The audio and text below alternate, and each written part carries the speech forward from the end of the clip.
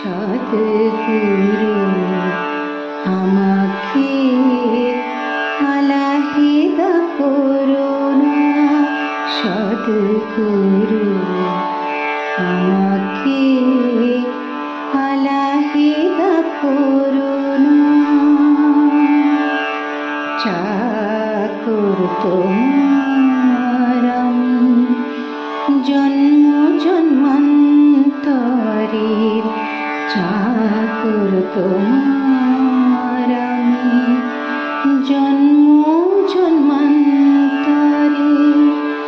হাত মোর ছেড়ে দিও না হে সদ্গুরু, হাত মোর ছেড়ে দিও না হে সদ্গুরু, আমাকে আলাহিদা করো না, সদ্গুরু আমাকে আলাহিদা করো না।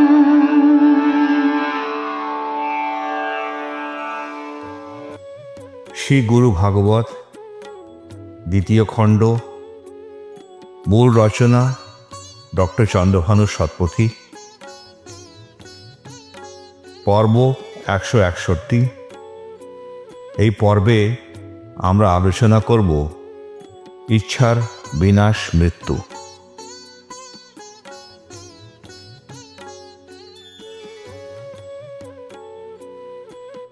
বিশ্বের সদ্গুরুর প্রতি এবং যারা প্রকৃত অর্থে জ্ঞান প্রদানে সহায়ক ভূমিকা পালন করেছেন তাহাদের সবাইকে আমাদের প্রণাম জানাই।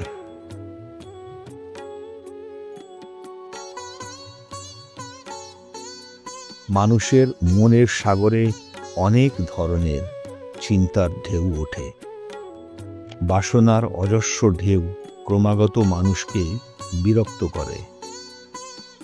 শ্রী গুরু বিশেষ করে ভক্তদের বাসনা ভিত্তি ধ্বংস করার চেষ্টা করেন, কিন্তু অজ্ঞতার কারণে শ্রী গুরুর মাহাত্ম্য সম্পর্কে সচেতন না হয়ে সরল ভক্ত তুচ্ছ জিনিসের প্রতি অনুরক্ত হয়ে শ্রী গুরুর করুণার জন্য প্রার্থনা করে।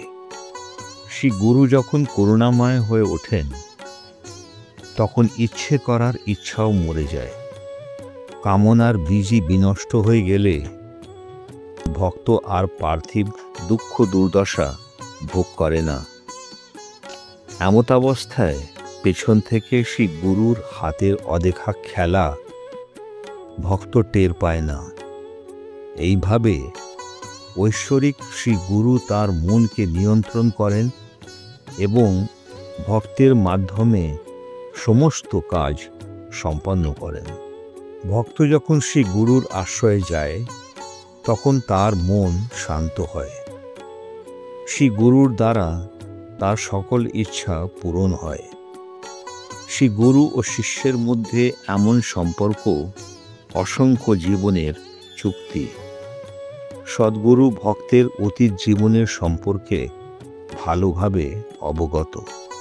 ভক্ত তার জীবনের দায়িত্ব শ্রী গুরুর হাতে সমর্পণ করে এবং শ্রী গুরু তখন তার সমস্ত পুণ্য ও পাপ কর্মের দায়িত্ব গ্রহণ করেন।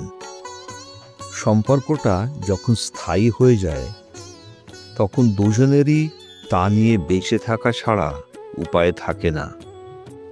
শ্রী গুরু সর্বদা ভক্তের কথা জানতে পারেন।